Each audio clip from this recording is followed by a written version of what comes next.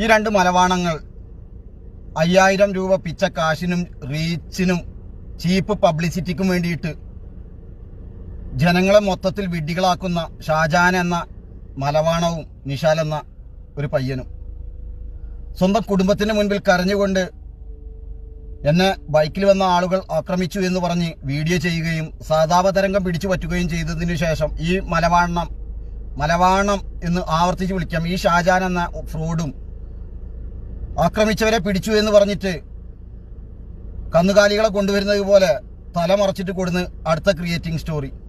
നാണമില്ലാത്ത വർഗങ്ങൾ. എടാ തണ്ടും തടി ഉണ്ടല്ലടാ, ആരോഗ്യം ഉണ്ടല്ലടാ, കൂതറകളെ അധ്വാനിച്ച് ജീവിക്ക്. മലവാണങ്ങളെ, നിങ്ങളെ കൂടെ എങ്ങനെയാടാ കുടുംബങ്ങൾ ജീവിക്കല്?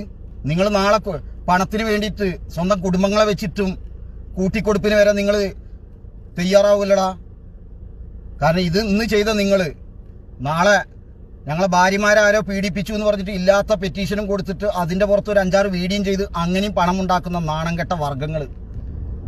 ഇവിടുത്തെ പോലീസുകാരോട് പറയാനുള്ളത്, ഇത്തരം റീച്ചിനും പബ്ലിസിറ്റിക്കും വേണ്ടിയിട്ട് ഇല്ലാ കഥകൾ ജനങ്ങളിൽ പ്രചരിപ്പിച്ച് വീഡിയോ ചെയ്ത് അതിലൂടെ ഇവരുടെ പബ്ലിസിറ്റിയും റീച്ചും സമ്പാദിക്കുകയും പണത്തിന് വേണ്ടിയിട്ട് ഇത്തരം കൂട്ടിക്കൊടുപ്പ് പോലുള്ള പരിപാടികൾ ചെയ്യുന്ന ഇത്തരം യൂട്യൂബർമാർക്കെതിരെ സ്വമേധയാ പോലീസ് കേസെടുക്കണം.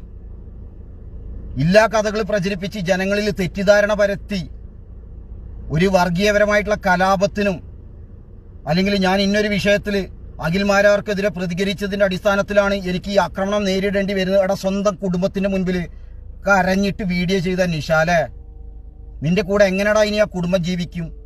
നാളെ നീ 5000 അല്ല 10,000 വെച്ച് നീട്ടിക്കഴിഞ്ഞാൽ ഇതിലും വലിയ തെമ്മാടിത്തരത്തിന് കൂട്ടിക്കൂലെ? ഷാജാൻ എന്ന മലവാണമേ, നിനക്ക് ആരോഗ്യം തണ്ടും തടി നിൽക്കണല്ലോ. അധ്വാനിച്ച് ജീവിക്കടാ.